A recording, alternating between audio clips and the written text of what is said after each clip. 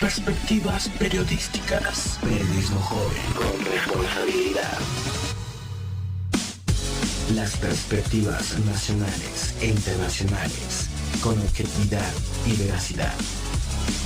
Arturo Suárez. La información fue gota a gota, una situación que no se había visto en el país. Ivonne de la Cruz. Nos toca la tarea de evitar las especulaciones que lamentablemente va a costar trabajo para el pueblo de México aceptar. Rafael Lude. Me deja mucho la duda de la situación de cómo se maneja. Los medios no se nos permitió a ver cómo estaba la situación. Perspectivas periodísticas.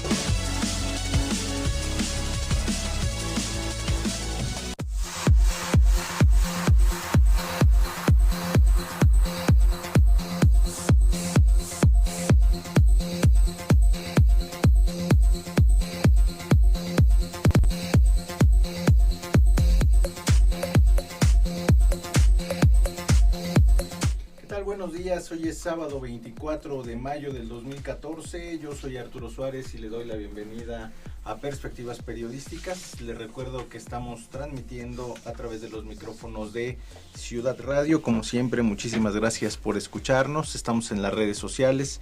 En Facebook nos puede encontrar como Perspectivas Periodísticas y en Twitter nos puede usted localizar como @p_periodísticas. Ivonne de la Cruz, muy buenos días.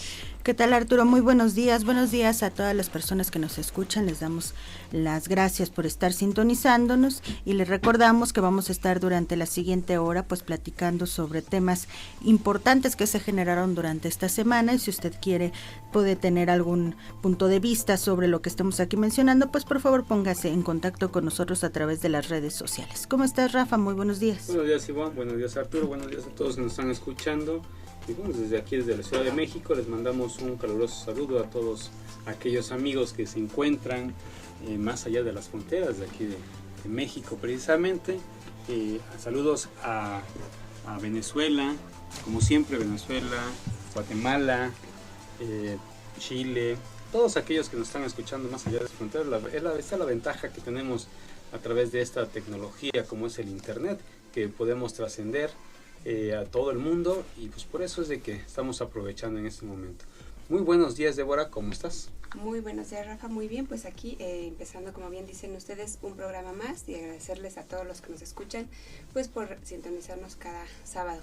Y hoy, dentro de los temas terrenales que tendremos para abordar, estará esto que en la semana sonó mucho, principalmente en el estado de Tamaulipas, y que bueno, sabemos que se da de manera permanente no solo en los estados de la República, sino en todo el mundo, que este fenómeno que está sucediendo entre los niños en la escuela, que se llama el bullying, que es el molestar a otros niños de manera sistemática en los planteles escolares.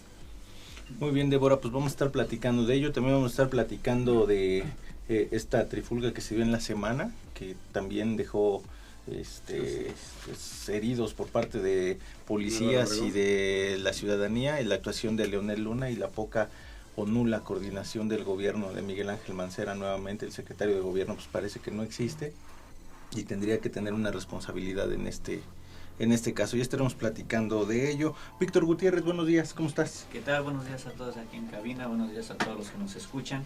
Pues el día de hoy un tema pues que también está de moda es la parte de protección civil y los temblores que se han suscitado. De hecho, el día de hoy en la madrugada, 3:24 de la madrugada, hubo uno de estos sismos de 5.7 grados en la escala de Richter, y vamos a estar viendo qué han dejado de hacer las empresas y qué se ha dejado de hacer también en los hogares para cómo saber actuar ante estos sismos. Muy bien, pues muchísimas gracias. Y bueno, pues comenzamos a darle Ivonne de la Cruz esta semana. Pues vamos a editorializar sobre los ministros, y hace 8 días les damos cuenta en este mismo espacio sobre la posibilidad de una pensión, lo que le llaman pues el famoso haber, ¿no? De esa pensión que se supondría sería vitalicia y que fue aprobada, para poner en contexto al auditorio, pues en un párrafo que no estaba en esto de las mesas de negociación, y le borraron ahí, luego le pusieron, y fue el senador Luis Sánchez quien se da cuenta de ello, y después se arma todo un alboroto, ¿no? En ello iba esta pensión vitalicia para los señores de magistrados del tribunal, ¿no? Del Tribunal Superior. Muy importante esta instancia de impartir justicia en el país, porque la mayoría o casi todas las elecciones pues son llevadas al tribunal, ¿no? Pocas veces ya se aceptan los resultados y se utiliza esto como una instancia en donde se resuelve prácticamente pues el futuro de las elecciones. Así es, y después de que se dio toda esta polémica, durante esta semana estuvieron pues presentándose posturas a favor y en contra de que se siguiera con esta disposición, este famoso haber de retiro, pero los magistrados alzaron la voz y rechazaron el beneficio. Dice que ellos no iban a aceptarlo aunque entrara en vigor. Lo que es cierto es que sí, ya fue publicado, el día de ayer se publicó en el Diario Oficial de la Federación, y ahora sí ya se puede hablar de tratar de meter alguna especie de disposición para modificarlo o echarlo para atrás. Y bueno, el pronunciamiento de estos magistrados iba en el sentido de que ellos pudieran tener mejores prestaciones o beneficios, mejor sueldo si hicieran los juicios que normalmente realizan, pero de forma individual, que no dependieran propiamente del tribunal. También se menciona que pues si tienen un periodo donde no pueden trabajar, tienen que ver la forma en cómo seguir generando recursos, y eso tendría que verlo la ley, ¿no? Pero es muy diferente el decir que durante 2 años por los cuales no pueden ejercer ningún tipo de cargo o no pueden ejercer ningún tipo de no pueden realizar ningún tipo de trabajo, ellos pudieran recibir alguna especie de sueldo o remuneración durante ese tiempo. Y otra cosa muy diferente es que sea una pensión ya de por vida, donde ya implica que va a salir directamente de los impuestos y que se tiene que contemplar año tras año, ¿no? Algo que incluso pues ha generado mucha polémica cuando se habla de cuestiones presidenciales. Bueno, pues la verdad es de que, como dice Sibón, pues ya es oficial. Entonces, aunque digan los magistrados que no la quieren aceptar o que no es cierto, pues ya es oficial, ¿no? Entonces ya la reforma se es aplicado a la Ley General de Materias de Delitos Electorales y a la cuestión orgánica, la ley orgánica precisamente del tribunal, y por ende, pues bueno, estas aplicaciones pues ya se van a dar efectivas, entre ellos precisamente el haber de retiro. Y que bueno, pues esto pues ya habíamos platicado con anterioridad, pues se puede manejar o se puede prestar a muchas cosas, ¿no? Entre ellos, o puede ser una devolución de favores, o puede ser el aspecto de garantizar elecciones futuras, ¿no? Ya sea, pues no sé, a lo mejor por el partido que está en el poder, o por otros partidos que están implícitos. No te vayan a cerrar los micrófonos, como a un personaje que anda por ahí por decir que el mundial está arreglado, o por decir que las elecciones podrían, o que supongas que podrían tener alguna especie de arreglo, o que esto fue una especie de pago anticipado, porque se pueden ofender mucho. Si no van a venir aquí a cerrar Ciudad Radio y después Oscarín ya nos va a estar sacando de aquí, ¿no? Tienes razón, pero realmente este tipo de cosas pues es una falta de respeto para el pueblo, ¿no? Precisamente ya lo habíamos platicado, realmente los magistrados, los señores magistrados, con debido respeto, tienen un sueldo bastante considerable, a pesar de que ellos están argumentando que en lugar de la pensión vitalicia se los catafixiaran por mejores prestaciones, mejor salario, cuando realmente los magistrados pues ganan bien realmente en comparación de muchos de los que nosotros estamos precisamente elaborando día con día, y que realmente es una, pues perdón por la palabra, pero es una vergüenza escuchar esta parte de la pensión vitalicia, toda vez que se considera que cuando un magistrado ya tiene su retiro, tiene el 100%, va a tener garantizado el 100% de salario durante 2 años, y posteriormente el 80%, y todavía aún más, si fallece, la viuda tiene derecho al 50% de esta pensión, obviamente vitalicia. Entonces es una vergüenza realmente. Hacemos unas comparaciones, estuvimos haciendo comparaciones en los programas, en otros espacios, en donde precisamente se hablaba la diferencia entre el sueldo que se gana, que ganamos nosotros, contra el sueldo que ganan los magistrados. De hecho, los datos, Rafa, qué bueno que lo mencionas. Yo hacía una comparación en una de las columnas que Mientras en Suiza se estaba discutiendo hace unos días, la posibilidad de un aumento en el salario mínimo que fuera la propuesta era de $24.64 por hora de trabajo, es decir, 357.28 pesos mexicanos por hora de trabajo, ¿no? Para los suizos, nosotros el aumento aquí fue de 3.9%, es decir, 2 pesos con 46 centavos. De tal forma que el mínimo quedó en 67 pesos con 29 centavos, esto dependiendo de la zona, de las dos zonas que tenemos. Pero bueno, este es el salario mínimo mayor que tenemos en el país, 67 pesos, casi 68 pesos. Bueno, ni siquiera llegamos a los 68 pesos, ¿no? Y el salario de estos señores, de los magistrados, ganan un promedio de 4.206.000 pesos al año. Es decir, además de esto, 866.353 en prestaciones, 737.718 por concepto de pago de riesgo, es decir, su trabajo es muy riesgoso, 353.098 pesos por prestaciones nominales, por 377.410 pesos una prima vacacional, y así nos podemos ir. De tal manera que si esto se hubiera llevado a cabo, y tomando la media de vida, que son de 76 años, por magistrado tendría un costo total aproximado de 730.300 millones de pesos las pensiones vitalicias si estos señores vivieran 76 años, ¿no? Nada más para que hagamos una especie de comparativo. ¿Por qué intento hacer este comparativo con los suizos? Bueno, porque pareciera que su trabajo es como muy de primer mundo. De primer mundo, así es. Y por hora de trabajo. Entonces, si nosotros hacemos esa división de los 67 pesos por una jornada de 8 horas, ¿cuánto nos corresponde por hora de trabajo efectivo de una persona? Obvio que gane el salario mínimo, ¿no? Entonces, creo que resulta obsceno, ¿no? Abusivo, que teniendo más de 40 millones de mexicanos en extrema pobreza, aunque las cifras digan otra cosa, o aunque la jornada sin hambre esté caminando en algunos estados, o aunque la Secretaria de Desarrollo Social nos diga que solamente a madres que tengan, ¿cuántos hijos dijo? 3 hijos. Me parece que esto sale de toda proporción. Lo mismo sucede con los senadores y con los diputados, que tienen unos sueldos que son exagerados, ¿no? Con respecto a las mayorías que están en este país, y no es una cuestión de educación, ¿no? Porque también por ahí en la semana yo leí alguna nota del nivel educativo que tienen los senadores o del nivel educativo que tienen los diputados, y no es una cuestión de educación, sino es una cuestión de desigualdad, esto que se está viviendo en el país en cuanto a los salarios.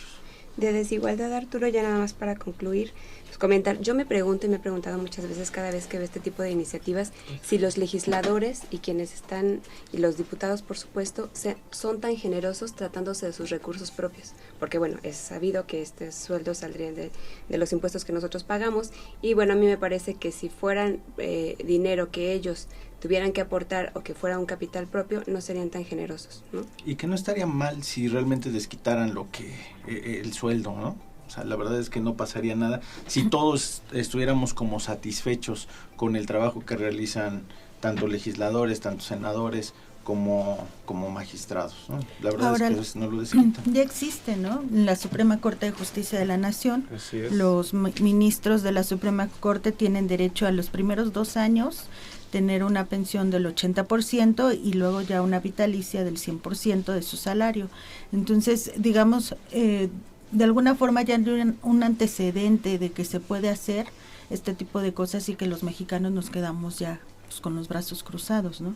Ahorita son a los ministros, a los magistrados del Tribunal Electoral, pero pues hay muchas otras personas que dentro del sistema político mexicano hay un periodo en donde no pueden ejercer pues ningún tipo de trabajo, ¿no? Por ejemplo, los consejeros electorales. Sí, pero un trabajo que esté directamente relacionado con lo que claro, haciendo, ¿no? Y no tendrían un ingreso parecido al que estaban recibiendo y por ende, bueno, ellos dicen va a perjudicarse nuestra calidad de vida, ¿no?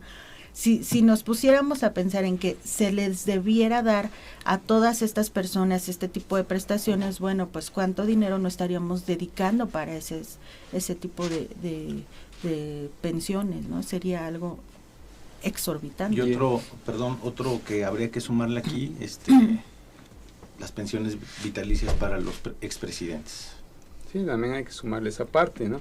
Realmente, retomando lo que tú comentabas, Arturo, bueno, por un lado, pues se puede manejar un sueldo, pues digamos, acuo, pero eso es una grosería, ¿no? Pero también no irse a los extremos, ¿no? Porque esos son extremos realmente. Y del otro lado, pues imagínate manejar lo que había manejado en una ocasión Andrés Manuel López Obrador sobre la parte de ¿cómo se llama? De minimizar los sueldos de los funcionarios, cuando realmente pues era una hipocresía lo que se había manejado en aquel momento, ¿no? Porque por un lado manejaban la famosa austeridad, y por otro lado pues se daban los lujos los funcionarios, sacando recursos por otros lados, y pues eso también igual son en los extremos, no son bastante considerables. Debe de haber un equilibrio en lo cuestiones que es un hecho, Rafa, independientemente de la hipocresía a la que te refieres, debe de haber candados para que esto no suceda, y debe de haber candados para que, como se dijo en su momento, nadie pueda ganar más que el presidente, ¿no? Sí, y todo el mundo, cuando se pone una norma, en lugar de acatar la norma, se está buscando cómo torcerla, siempre, ¿no? Y si no lo ganas directamente, bueno, pues entonces empieza a buscar hacer negocios para ganar esos dineros o más. Yo nada más pregunto, ¿cuáles de esos 500 diputados, que ahí hay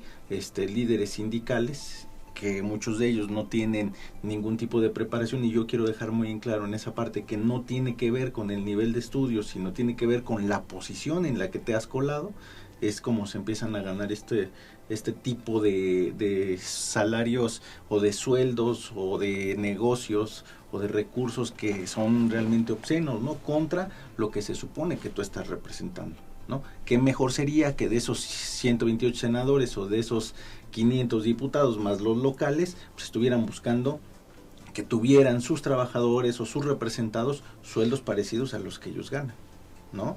Muchas veces solamente por postrar el trasero en un escaño, sí, o ponerlo en una curul, ¿no? Y la verdad es que pues las cosas no funcionan en el país en ese sentido de reducir esos salarios entre los funcionarios y los campesinos o los obreros, o simplemente muchas personas que fueron a la universidad, al salir de la universidad encuentran trabajos muy mal pagados, ¿no? Pues México es precisamente uno de los países donde podemos encontrar los extremos, ¿no? El cuarto congreso más caro lo tiene México a nivel mundial.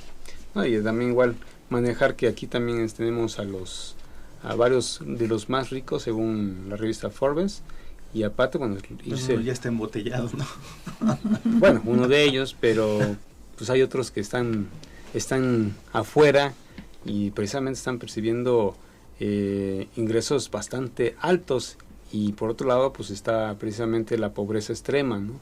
Entonces aquí vemos precisamente esas dos posibilidades en México: o eres rico o eres muy pobre. Muy bien, con esto nos vamos a la pausa, regresamos para platicar sobre el bullying, regresamos también para platicar sobre protección civil.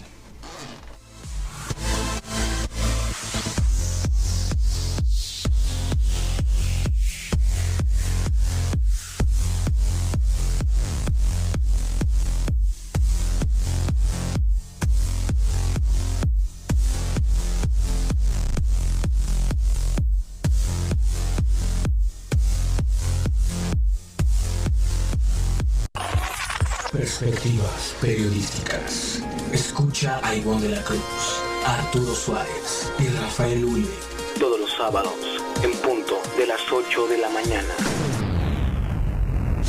Los sucesos y acontecimientos que mueven a México y el mundo. Perspectivas periodísticas. Ciudad Radio.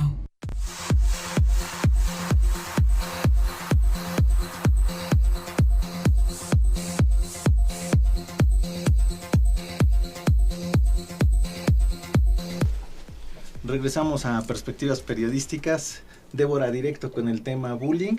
Esta semana, pues, un caso que le dio la vuelta no solamente al país, sino al mundo este tema donde unos niños, ¿no?, cargan a otro y lo estrellan contra la pared, contra el piso, y pues unas horas después pierde la vida. Débora. Pues sí, hablando de bullying, bueno, independientemente de las declaraciones que ha habido y de las investigaciones que se han hecho, bueno, primero comentar que el bullying pues es una forma que tienen ahora los niños de relacionarse, donde hay maltrato psicológico, verbal o físico producido por sus pares. Esto se da principalmente en las escuelas y bueno, el bullying tiende a ser bullying cuando es una cuestión sistemática, es decir, que se da sobre una misma persona, proveniente de dichas personas, de otras personas que además ostentan, digamos, hasta cierto punto un grado de poder sobre quienes están agrediendo. Pero bueno, lo que yo quiero comentar en este espacio es hacer una pequeña, digamos, analogía de lo que está sucediendo en las escuelas con los casos de bullying. ¿Qué sucede aquí? Que bueno, pues hay desconocimiento de los adultos, de quienes son las autoridades, por una parte.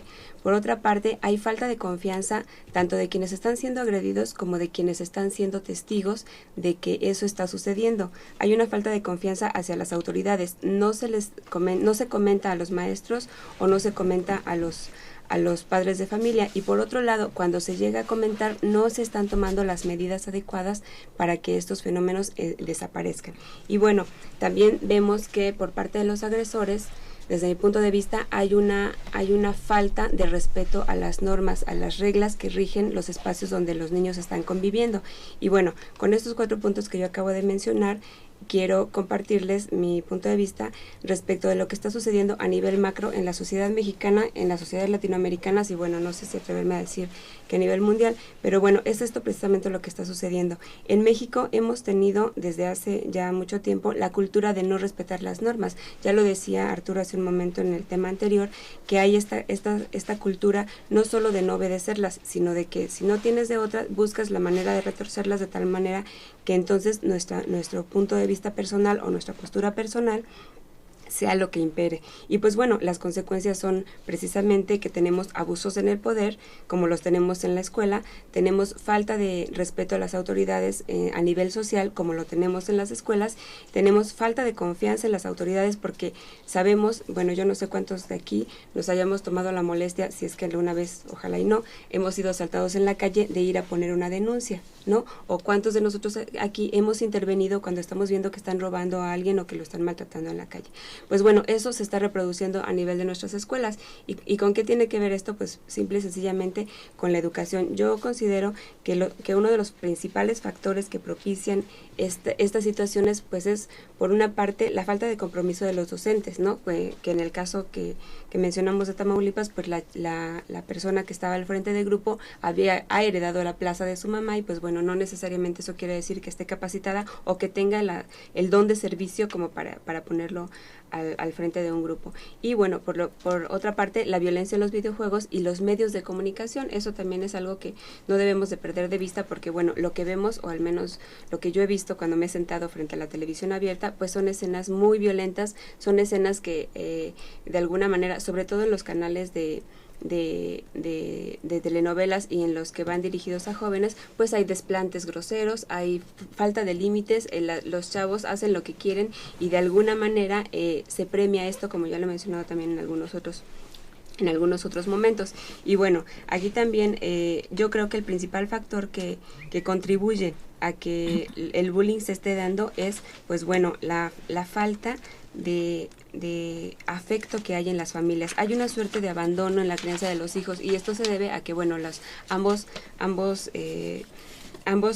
integrantes de la pareja tienen que trabajar y pues bueno, ellos crecen solos y de alguna manera no hay manera de quienes les pongan reglas y les digan a ciencia cierta lo que está bien, está mal. Hay, digamos, una especie de proveeduría por parte de los padres, proveeduría material en cuanto a ropa, en cuanto a llevarlos a la escuela y en cuanto a proporcionarles comida, pero no hay este acercamiento emocional que permita que, por un lado, quienes están siendo víctimas de bullying acudan a la autoridad, en este caso a sus padres, les comenten para que los padres a su vez se dieran el tiempo, ¿verdad?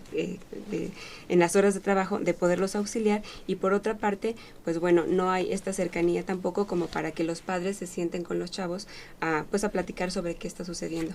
Creo que también hay una falta de observación por parte de los padres hacia los hijos respecto de las conductas que están teniendo, es decir, los niños regularmente tienen una forma de ser. Cuando un niño está siendo atacado por otros en la escuela, pues bueno, tiende a cambiar ciertos hábitos, como es el de dormir, el de comer, el de no querer ir a la escuela, el de enfermarse de manera sistemática por no querer ir a la escuela, y pues bueno, esto muchas veces los padres están tan ocupados, tan ensimismados, que no necesariamente ponen atención en ello.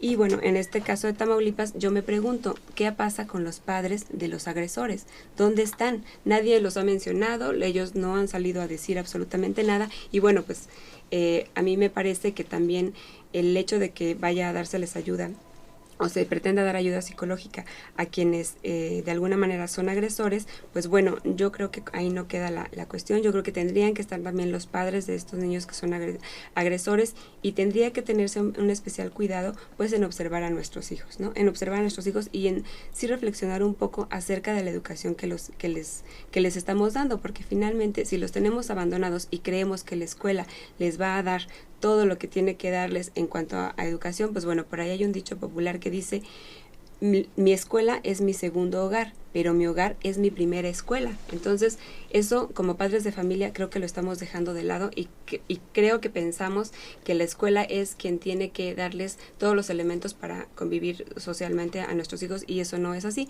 ¿Por qué? Porque sin duda antes de ir a la escuela los niños ya tuvieron una convivencia en casa y ya tomaron de ahí principios de vida que van a de alguna manera marcarlos para relacionarse en el futuro. Y bueno, necesariamente nosotros llegamos, o los niños llegan a la escuela con cierta formación ya, no necesariamente los maestros van a hacerlo, y bueno, también los maestros frente a un grupo de 20, 40, 60 niños, pues tampoco tienen esa posibilidad, por muy buenos maestros que sean y por muy arraigado que tengan su gusto por la educación, ¿no? Y bueno, pues también aquí pues comentarles, sobre todo a los padres, pues que observen a sus hijos, ¿no? Que observen a sus hijos qué es lo que está pasando, tanto a los que son agredidos como a los que son agresores. Los que son agresores regularmente tienen calificaciones bajas, les cuesta trabajo tener relaciones sociales profundas, no tienen habilidades para poder interrelacionarse, intercomunicarse con los demás. Entonces, en ese sentido, también un poco de autocrítica hacia nuestras acciones y hacia nuestra familia, porque bueno, definitivamente es difícil. Y bueno, yo lo digo poniéndome en el lugar de un padre agresor, sería difícil para mí reconocer que mi hijo está siendo agresor en la escuela. Entonces hay que alejarnos un poco de nuestra propia realidad y tratar de ser un poco objetivos a fin de poder detectar a estas personas o estas personitas que pueden convertirse potencialmente pues en delincuentes más adelante. Muy bien, Débora.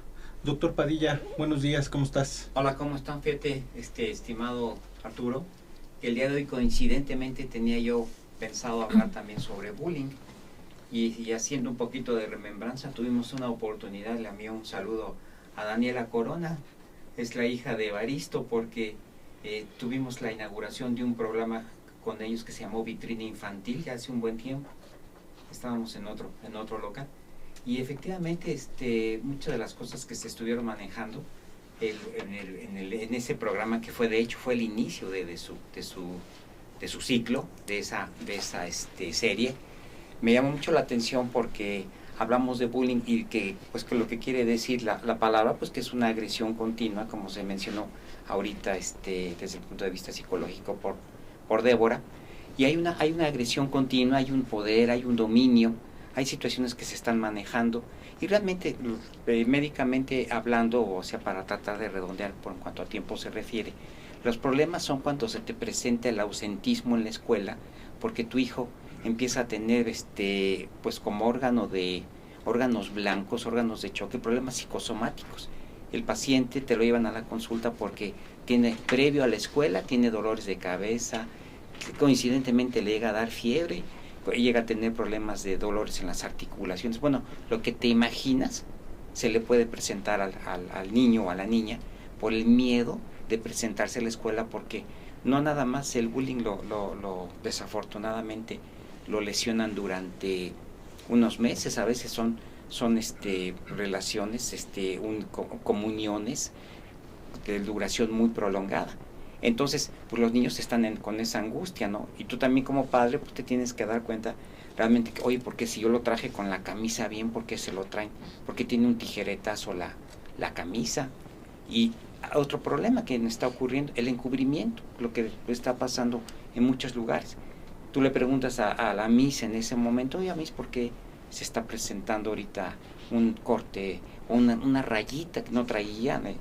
No hay un gatito para que lo haya arañado, si se va a ver una dermoescoriación o una escoriación lineal en la cara de tu hijo, pues es porque desafortunadamente ya está viviendo un bullying y se esconde, les avientan a veces los borradores, las lesiones son muy frecuentes. Desgraciadamente este joven, sí, creo que 12 añitos, ¿no? Es el que fallece porque lo botan, no sé si directo al piso o lo avientan a una pared, haciéndole el famoso columpio, porque así juegan los niños, supuestamente fue una de las respuestas que se dijeron. Pues esa es una lesión tremenda, el traumatismo cráneoencefálico, que de alguna manera, si bendito Dios, si él hubiera salido con vida, desafortunadamente iba a tener algún tipo de secuelas, ¿no? Como hubieran sido convulsiones, como hubieran sido...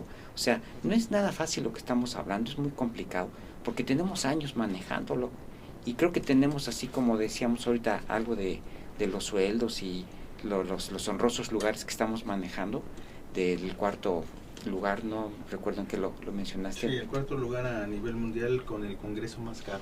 Con el congreso más caro.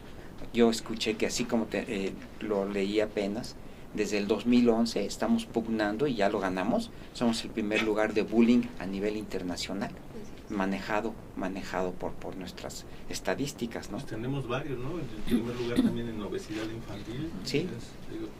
Sí, son situaciones que nos indican, ¿no? O sea, pero también eso es muy cierto, no vemos una violencia continua. Yo creo que ese es el tema que predomina ahorita y que estamos muy de acuerdo con lo que mencionó Débora. Estamos muy de acuerdo porque es la violencia, la vemos en todos lados, en todos momentos. Algunos deportes son extremadamente violentos, otros deportes de alguna manera, bueno, te sirven para canalizar esa agresión. O sea, hay muchas situaciones que se deben de tomar en cuenta. Pero lo que llama la atención increíblemente es de que seguimos igual. Ahora, yo me puedo parar el cuello y decir, a partir de hoy vamos a buscar una legislación que diga todo esto. Hablábamos hace un momento, ¿dónde están los padres de los 4 niños agresores? No van a ir a ningún lugar, van a recibir una orientación nada más porque están muy chiquitos para entrar a un tutelar de menores. Entonces es una situación que se debe de buscar, ¿no? Porque luego si son un poco más grandes, pues podrían entrar a un consejo, al consejo tutelar de alguna manera y salir a los 18. Hay 3 detenidos, doctor. En este caso está los 2 prefectos y la maestra, que es Denise Soire Serna, los que se ejerció esta detención el día de ayer, ¿no? Los padres de los agresores, pues en realidad no. Es que según las leyes ellos serían como los responsables por ser los adultos que estaban a cargo de los menores, ¿no?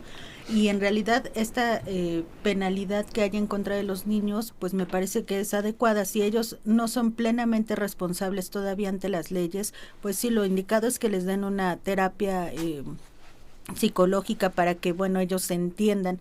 Obviamente están cometiendo un delito muy grave y debería de haber otro tipo de sanciones, pero ¿dónde está la orientación que tuvieron previa? O sea, según las leyes es lo que corresponde, tendríamos que modificarla, sí, pero por el momento... Sí, no va a haber una variación por este caso, ¿no? Mientras no se legisle algo diferente para poder castigar tanto a padres de familia por no orientar a los hijos, por no ser responsables, ¿no? Tanto a los profesores, que también habrá que ver el caso particular, qué tanta responsabilidad tiene, porque como decía Débora, en un grupo, en una escuela pública con 30 y tantos alumnos, 30 y tantos estudiantes, pues difícilmente vas a poder poner orden en un salón de clases, ¿no?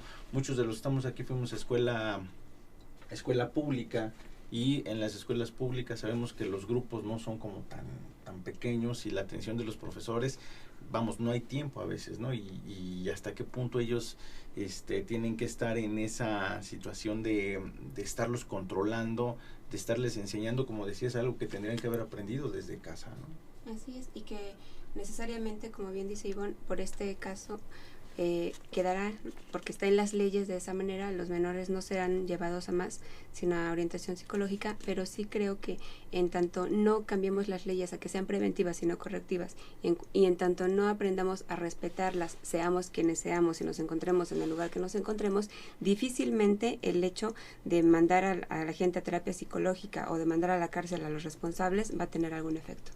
De hecho, el aspecto tengo entendido que el aspecto del castigo que se está manejando, o bueno, la implicación que se está manejando la maestra y algunas parte del personal de la escuela es por omisión, porque según tengo entendido que en el momento del problema no hicieron nada y posteriormente tampoco hicieron nada. Entonces, eso es dentro del Código Penal está considerado como omisión, y eso también es una pena. Y dentro del aspecto de la prevención, pues es algo primordial que se debe de tomar, no nada más pues en este caso, sino en general se debe haber manejado y se debe de manejar también. Y el pedo de los niños, pues bueno, pues sí hay que tener un tratamiento ahí, el juzgador tendrá que trabajar en ese aspecto para ver qué debe de considerar, porque realmente lo que se manejó ahí es un delito. Y otra vez, las veces que sean necesarias, pues habrá que tocarse el tema del bullying, ¿no? Sí, porque además es bastante complejo y bueno, cada caso será particular y necesariamente habrá que abordarlo pues para tener un poco más de conciencia, ¿no? De qué es lo que estamos haciendo con la educación de las nuevas generaciones. Pero es un círculo vicioso Así que es. vemos continuamente. Un día anterior vimos una guamisa que le pusieron a los policías, a los granaderos, lo vemos aquí en San Bartolo, no sé, el otro, Amellaco. Una situación en la que pues tú como padre enseñas o como adulto con el ejemplo. Así es. Vas manejando y se lamentas al de adelante y agarra el volante y también, o sea, son situaciones que debemos de manejar una tolerancia, ¿no? Sí, tenemos muchos problemas. O la incapacidad, como en el caso de Leonel Luna, ¿no? 2 veces delegado, esta es la segunda vez. Y con este tipo de actuaciones, ¿no? No aprendemos a escoger a nuestros gobernantes, ¿no? Y la prepotencia, Arturo, la prepotencia también de las autoridades a todos los niveles. Y todavía que quiere lavar las manos, ¿no? No, bueno, pues Leonel Luna y Miguel Ángel Mancera, junto con el secretario de gobierno, pues esta ciudad está prácticamente acéfala, ¿no? En muchos sentidos. Digo, en el caso de la delegación con Leonel Luna, pero en el caso del Distrito Federal pues, están preocupados por otra cosa. No, y por un lado con esta actitud paternalista de estos 3 personajes y bueno, de muchos de los gobernantes, de dar ayudas sociales, de dar pues en pocas palabras una pequeña donación por parte del gobierno a las personas, ¿no? Y por otro lado, desatenderse de los problemas reales, otra vez haciendo la analogía con el bullying. Los papás dan comida y dan ropa, dan vestido, pero al momento de tener este tipo de problemas que son más los que sí deberían de tomar las riendas, pues no lo hacen, ¿no? Y entonces aquí los 3 personajes de gobierno de nuestra ciudad, pues dicen, pues es que no es cuestión nuestra, es la gente que no sabe comportarse, que está mal informada, que se deja llevar, etc. Pero los beneficios son clientelares y clientes políticos para ciertos sectores, no es para todos. Por ejemplo, pues yo tengo el caso en Coyoacán, que nada más para ciertos grupos son los beneficiarios. Como Toledo. Exactamente. Y los ciudadanos comunes y silvestres, cuando queremos accesar... silvestres, tú, mano. Bueno, los comunes, digámoslo así, los terrenales, menos privilegiados, pues no tenemos esos accesos, ¿no? No nos queda otra más que apelar a terminar con la memoria corta, ¿no? Ver quién nos está gobernando y cómo lo está haciendo y cobrárselas en la que sigue. Vámonos a una pausa y continuamos.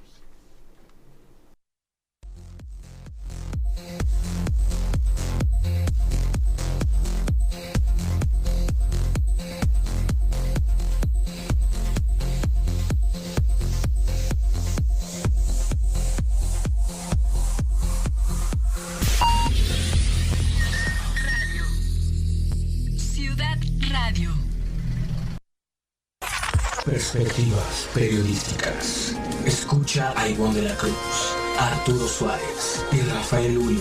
Todos los sábados, en punto de las 8 de la mañana. Los sucesos y acontecimientos que mueven a México y el mundo. Perspectivas periodísticas.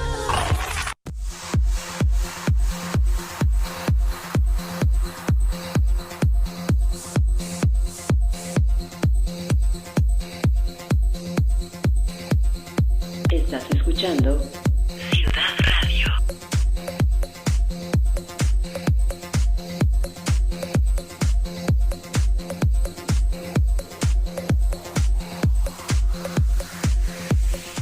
Continuamos aquí en Perspectivas Periodísticas. Muchas gracias por seguir sintonizándonos, y el día de hoy vamos a platicar precisamente sobre protección civil. Tenemos como invitado a Víctor Gutiérrez, que nos va a platicar precisamente sobre este tema. Muy buenos días, Víctor. ¿Qué tal? Buenos días a todos los que nos escuchan. Pues sí, el tema de hace poco más de un mes, hablando del 18 de abril, en Semana Santa, cuando pues nos encontramos con un sismo de 7.2 grados en la escala de Richter en Petatlán. Realmente en estas últimas semanas hemos tenido también sismos que no son tan significativos, se han percibido apenas por la población, pero el promedio de estos sismos ha sido de 3.6 grados en la escala de Richter, pero 3 de ellos pues nos han impactado bastante fuerte dentro de la ciudad, como es el del 8 de mayo en Tecpan, donde fue el epicentro, de 6.4, y después el 21 de mayo en Matías Romero, que el epicentro allá en Oaxaca, que también pues nos sorprendió a las 2 de la mañana con grado de 5.8 en Richter. Y bueno, pues surgen siempre todas las dudas, todos los que vivimos el terremoto del 85, pues surgen todas las dudas de que si estamos preparados dentro de la Ciudad de México para actuar en sismos de estas magnitudes, y si la cultura todavía es tomada en cuenta. Mucha gente en nuestra población pues los simulacros no los toma en serio. Hemos visto que cuando se desalojan edificios, pues mucha gente va con el cafecito, van platicando, algunos hasta comiendo algún refrigerio, y bueno, pues todavía nos falta mucho en este sentido. En las casas también se recomienda tener un plan familiar ante estos sismos, ubicar las zonas seguras, tener los teléfonos de emergencia, la responsabilidad de cerrar las llaves de agua, de gas, etcétera. Y bueno, también hemos podido constatar que dentro de la ciudad pues los riesgos no se toman en cuenta. Por ejemplo, hemos visto que hay edificios completamente llenos de cristales, en donde bueno pues no se sabe dónde están las zonas de resguardo para que estos cristales no puedan ser riesgosos. Y bueno, yo lo que estoy recomendando dentro de la página de Protección Civil del Distrito Federal, nos mencionan 3 pasos muy indispensables dentro de estas para tomar en cuenta, como son qué hacer antes, durante y después de un sismo. Y bueno, una de las cosas que yo siempre recomiendo es que dentro de las organizaciones pues se organicen, perdón por el pleonasmo, se organicen brigadas tanto de evacuación, primeros auxilios y también contra incendios. Realmente hay materia para que lo podamos hacer. Realmente ya hemos tenido experiencias desafortunadas, pero las brigadas, y obviamente tomando en cuenta también la NOM 019 de la Secretaría del Trabajo, en donde nos menciona también temas como las obligaciones del patrón, de los trabajadores, la constitución de las brigadas como comisiones, la organización de estas comisiones, el funcionamiento. Es muy importante que también estemos muy enlazados con Protección Civil del DF, porque cada año nos recomiendan al menos 3 simulacros con distintos escenarios. Obviamente las organizaciones también pueden tener preparados los suyos, internamente también pueden organizarse y aprender de estas experiencias. Es muy importante que después de estos simulacros se tomen en cuenta las experiencias, qué hicimos mal, qué hicimos bien, lo que hicimos bien para seguirlo conservando y lo que hicimos mal para poderlo mejorar. Obviamente también la Secretaría del Trabajo debe estar atenta en este sentido, en las revisiones a pues todos los establecimientos. ¿Cuántos de nosotros llegamos a restaurantes, hoteles, cines?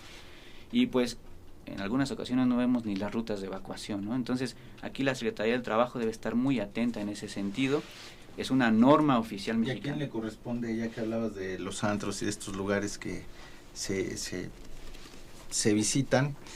¿A quién le corresponde? ¿Al Instituto de Verificación, a la delegación, o a la Secretaría del Trabajo, o a Protección Civil? Protección Civil está en primera instancia dentro del Instituto Federal como un órgano en el que puede intervenir dentro de las organizaciones para vigilar este tipo de acciones, simulacros, incluso se tienen reportes hacia ellos. La Secretaría del Trabajo tiene personal dedicado a las revisiones internas a las empresas, pero realmente sabemos que el personal dentro de la Secretaría del Trabajo no es suficiente para estas revisiones. Entonces, ¿dónde está la corrupción? ¿En el Instituto de Verificación y en la delegación? Así es. Bueno, sí. Mira, esta mañana coincidió que está aquí y le pedí que nos hiciera un comentario María de Lourdes Ruiz Ochoa. Ella ya ha estado con nosotros en algunas otras ocasiones, aquí en Perspectivas Periodísticas, especialista en protección civil, y yo insisto que todo esto coincidió, ¿no? Que nos visitara esta mañana. ¿Algún comentario al respecto? Bueno, realmente a lo que respecta a lo que es protección civil, es una situación muy importante y muy básica en nuestra vida cotidiana. Nosotros no tenemos realmente la preparación o la capacitación para recibir un desastre en un momento determinado de magnitudes muy grandes. No contamos con la infraestructura para poder llevar a cabo un manejo en cuanto se llegara a presentar alguna situación de estas. Se han estado enviando algunos comunicados y muchas personas se han acercado a una servidora comentándonos que realmente esta es una situación que se dice, que se está esperando un terremoto.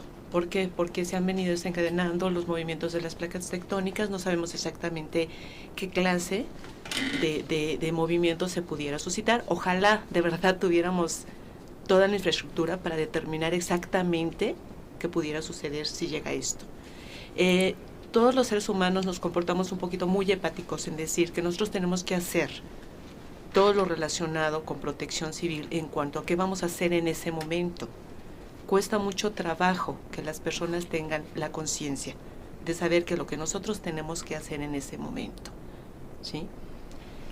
De hecho, bueno, retomando lo que comenta sobre el terremoto, eso es realmente lo que se está manejando, es muy riesgoso manejar ese tipo de información realmente. No se puede prever, no se puede predecir un terremoto, mucho menos la magnitud. Entonces sí es muy delicado estar retomando esa parte y estarlo dejando. Rafa. Claro que sí, por eso hay que con la información solamente se puede contrarrestar esta información.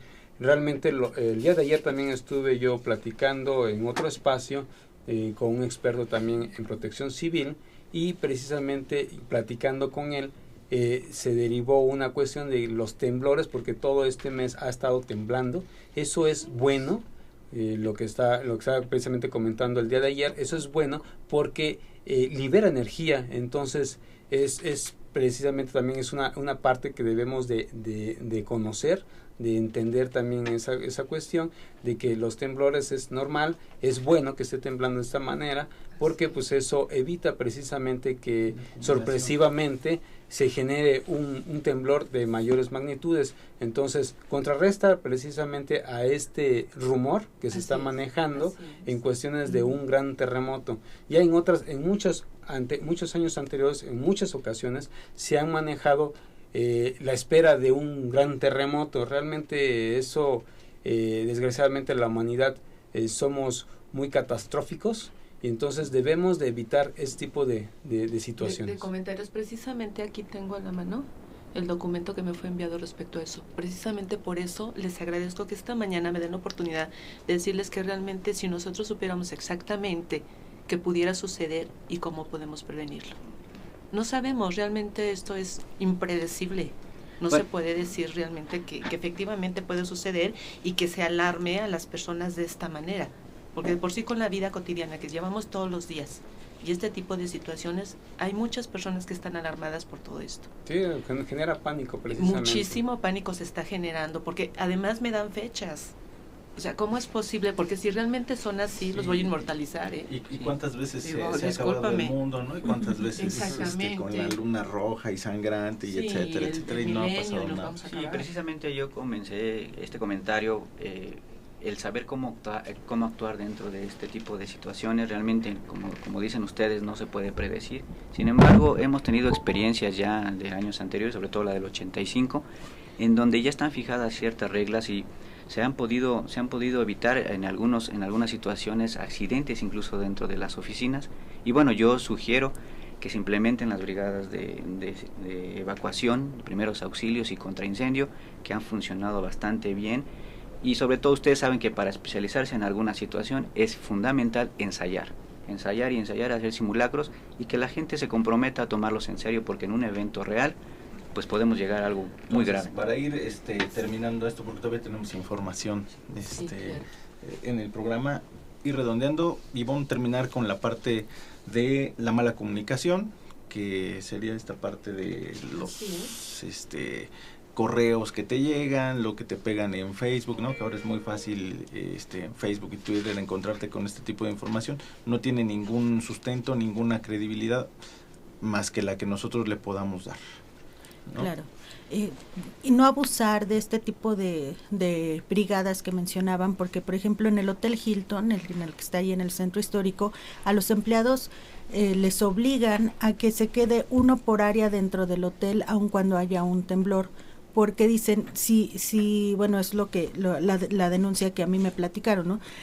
Si hay algún huésped que no se quiere salir, ellos tienen que quedarse en caso de que algo se les ofrezca. Y eso a mí me parece lamentable, que los obliguen como empleados a quedarse, ¿no? Y otro punto, para finalizar, para la Secretaría del Trabajo, para la de Protección Civil, para el centro el Instituto de Verificación y para las delegaciones, en el momento en que esto se corrompa, se están poniendo en riesgo las vidas de muchas personas, ¿no? O sea, con esto no se puede. Una de las cuestiones que yo sí quisiera nada más confirmar para finalizar esta situación, que nadie estamos exentos, todos estamos expuestos, y para poder ayudar a los demás tenemos que ayudarnos primero a nosotros mismos. No podemos permitir que nadie corra el riesgo, que quede claro.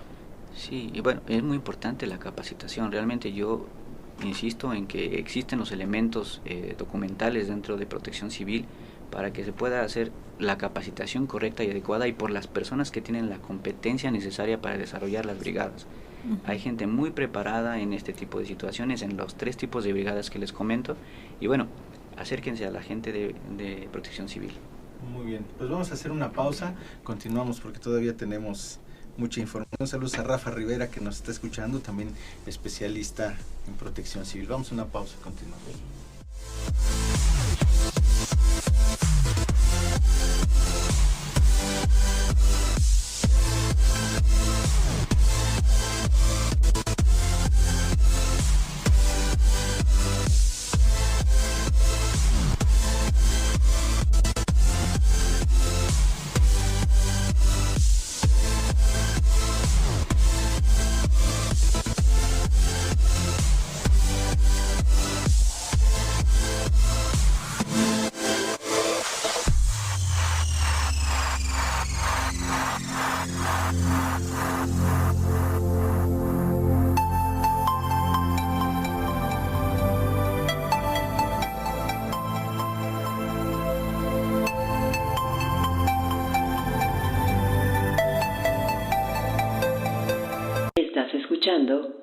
Ciudad Radio.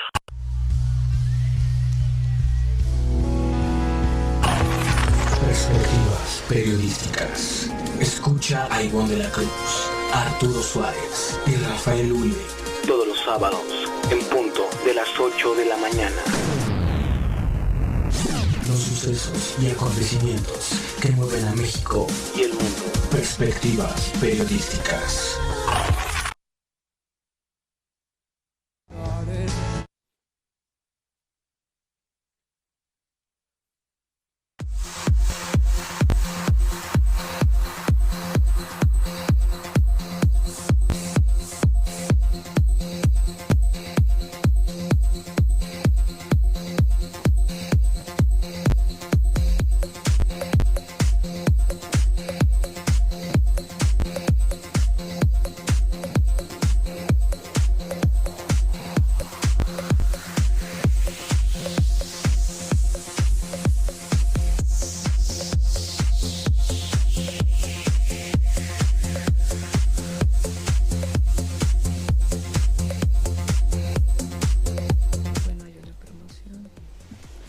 continuamos en Perspectivas Periodísticas y hoy vamos a hablar sobre lo que se está haciendo en Colombia. Vamos a visitar Colombia y para eso tenemos en la cabina a Miguel Ángel Cruz. Él es director de GI, operadora mayorista de viajes, para hablarnos, Miguel Ángel, sobre este festival, el Festival Mundial de la Salsa. El Festival Mundial de la Salsa, efectivamente. Buenos días, gracias por la invitación.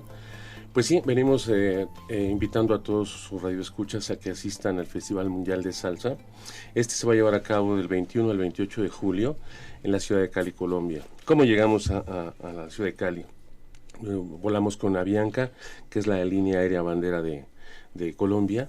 Tenemos 3 vuelos diarios, uno que sale a las 2:15 de la mañana, 8:15 y 14:45. Durante el festival vamos a tener encuentros con melómanos. Vamos a tener clases de salsa para la gente que nos haga favor. ¿Quién dijo? Melómanos. Melómanos, sí. Melómanos, clases de salsa. Obviamente por la noche nos iremos de rumba. Tenemos City Tour, compras. Y además durante el festival Cali cumple años, pues. Y se presenta el show Delirio. Este show Delirio es como, se presenta en una carpa tipo Soleil, donde tienen 3 pistas y la gente interactúa junto con los bailarines. Dura aproximadamente 8 horas el espectáculo y ahí se presentan ex campeones mundiales de salsa. La verdad es que es un festival muy bonito y muy poca gente en México lo conoce. Curiosamente aquí en México muchos nos gusta la salsa, la cumbia, el porro, pero muy poca gente ha tenido la oportunidad de ir a este festival. Por eso vengo a invitarlos a todos sus radioescuchas, a ustedes mismos que se animen y vayan. Tenemos programas muy atractivos en cuanto a los costos. El paquete básico de 5 días, 4 noches está en $640. Entonces, pues les quiero hacer esa atenta invitación para que asistan y vayan a tomar sus clases de salsa. Claro, si alguien está interesado y quiere más información sobre el tema, ¿dónde los puede localizar? Bueno, nosotros tenemos nuestros teléfonos, son 5535 3232, 5546 0390 y estamos en Facebook como G Operadora Mayorista. Es un programa totalmente, planeado, es decir, las personas van a un tipo tour. Exactamente. Sí, nosotros tenemos nuestro operador receptivo, nosotros los ponemos en el avión, los recibimos en el aeropuerto de Cali, de ahí los llevamos a su hotel, les hacemos el City Tour, las clases de salsa, los llevamos a todos los eventos que están programados para la redundancia, en el programa que tenemos ya diseñado. Uh-huh.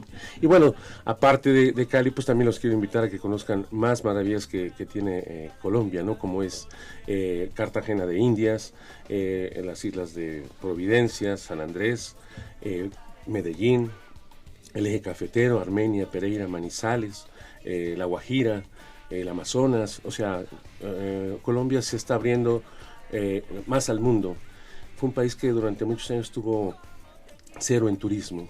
Pero la verdad, aparte de que nos quieren mucho a nosotros los mexicanos, es un país muy lindo y que nos recibe siempre con los brazos abiertos a los mexicanos. Y para los que no sabemos bailar salsa, los que tenemos los pies izquierdos.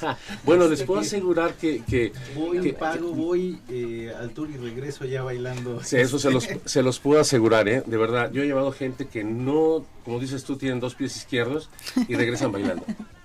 De verdad, se animan tanto. La gente es muy cálida, la gente sabe que uno es mexicano, lo recibe uno de verdad con los brazos abiertos, los hablan, o sea, los mexicanos quieren mucho. Y la verdad, la gente que no sabe bailar se anima y termina siendo un experto en baile. Yo quiero preguntar, ¿salsa dónde es originaria? ¿Dónde nació salsa? Bueno, Colombia como tal empezó con la cumbia, ¿no? Pero curiosamente ellos, los colombianos, tomaron la esencia de la salsa de muchas películas mexicanas, curiosamente, de Resortes, del Mambo, cuando se presentaba acá Pérez Prado.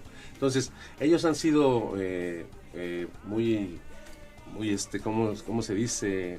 Muy aficionados a ver las películas mexicanas, y de ahí tomaron el concepto para inventar la salsa. Eso es lo que me platican a mí. Creo que deben de invitar también a Grecia, a Marfil y a Japón que es el grupo C, donde está Colombia ahora con el Mundial, para que nos distraigan con la salsa, un poquito de unos buenos goles. Están en el además, grupo C de ahora con el Mundial que viene de si FIFA. me dan la oportunidad ya ahorita, en Brasil. No lo voy a dejar decir que me diga que no, que nos obsequiara.